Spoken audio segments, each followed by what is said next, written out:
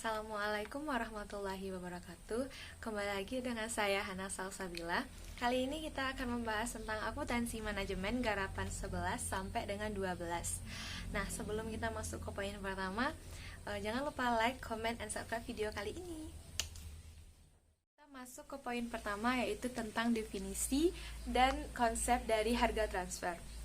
Harga transfer adalah suatu harga yang dibebankan untuk suatu komponen dari divisi penjual kepada divisi pembeli dalam suatu perusahaan.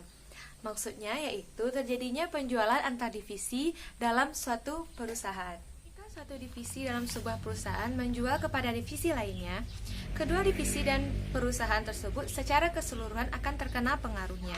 Harga yang ditetapkan oleh divisi penjual akan mempengaruhi pendapatannya dan akan mempengaruhi biaya pada divisi pembeli. Nah, sebagai contoh berikut contoh dari dampak suatu harga transfer.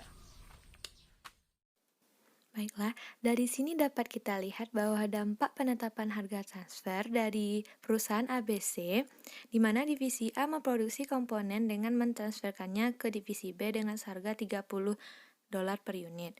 Kemudian divisi B membeli komponen dari A dengan seharga $30 per unit dan menggunakan komponen itu untuk memproduksi produk akhir.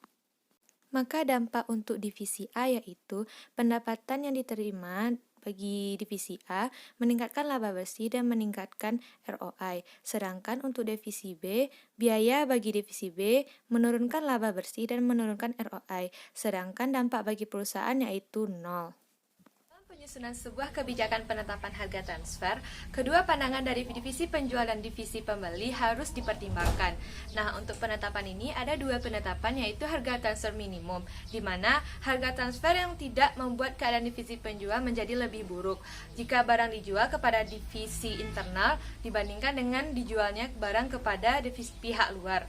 Nah, selanjutnya itu harga transfer maksimum. Harga transfer maksimum adalah harga transfer yang akan membuat keadaan divisi pembeli tidak akan menjadi lebih buruk jika membeli komponen dari luar pihak internal perusahaan. Selanjutnya kita masuk kepada metode penetapan harga transfer. Yang pertama yaitu dengan menggunakan pendekatan harga pasar.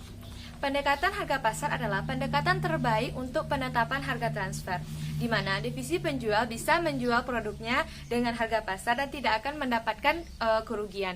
Sedangkan bagi divisi pembeli dapat membeli produknya dengan harga pasar dan tidak akan membeli dengan harga yang lebih tinggi dari harga pasar.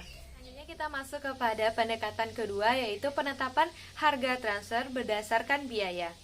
Harga pasar seringkali tidak tersedia. Ini terjadi karena produk yang ditransfer memiliki hak paten dan desain tersendiri dari perusahaan induk, di mana perusahaan lain tidak memproduksi desain yang sama. Sehingga dengan keadaan yang begini, maka perusahaan bisa menetapkan harga transfer berdasarkan biaya. Sebagai contoh, mari kita lihat berikut ini. Di sini dapat kita lihat bahwa sebuah produk diestimasi memiliki biaya bahan baku langsung sebesar $15, tenaga kerja langsung $5, overhead variabel $3, dan overhead tetap sebesar $5, sehingga biaya penuhnya menjadi $28. Maka divisi pembeli akan membeli produk divisi penjual sebesar $28 sesuai biaya produksi produk tersebut. Pendekatan ketiga yaitu harga transfer yang dinegosiasi. Pendekatan ini berguna saat kondisi pasar tidak sempurna, seperti kemampuan divisi di dalam perusahaan untuk menghindari biaya penjualan dan distribusi. Sebagai contoh berikut ini. Baik, kita masuk ke contoh harga transfer yang dinegosiasi, di mana sebuah produk diestimasi dengan biaya produksi sebesar $28 dan harga pasar sebesar $50 dan komisi penjualan sebesar $5, di mana biasanya biaya komisi penjualan tidak perlu dikeluarkan. Maka harga transfer minimumnya adalah $45, di mana harga pasar dikurangi dengan komisi penjualan, dan harga transfer maksimum sebesar $50, yaitu sebesar harga pasar. Penentuan harga tergantung negosiasi dari pihak divisi pembeli dengan divisi penjual. Presentasi video saya kali ini Semoga bermanfaat dan jika ada kesalahan mohon dimaafkan. Wabillahi taufiq wal hidayah. Assalamualaikum warahmatullahi wabarakatuh.